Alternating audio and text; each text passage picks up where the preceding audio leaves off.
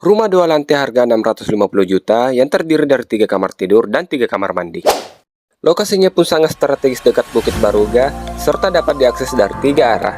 Yang pertama dari arah Bukit Baruga, yang kedua dari arah Nipa-Nipa Antang, dan ketiga dari arah Perumnas Santang. Nah, ini dia area living roomnya, serta di lantai 1 ini terdapat kamar tidur utama yang dilengkapi dengan 2 bukaan jendela, juga sudah dilengkapi kamar mandi dalam. Lanjut ke area dapur, dan untuk dapurnya sendiri sudah dilengkapi wastafel cuci piring dan dudukan kompor, dan di sampingnya terdapat kamar mandi umum atau kamar mandi kedua. Untuk area belakang masih ada spek tanah kosong dengan ukuran 7x3 meter persegi.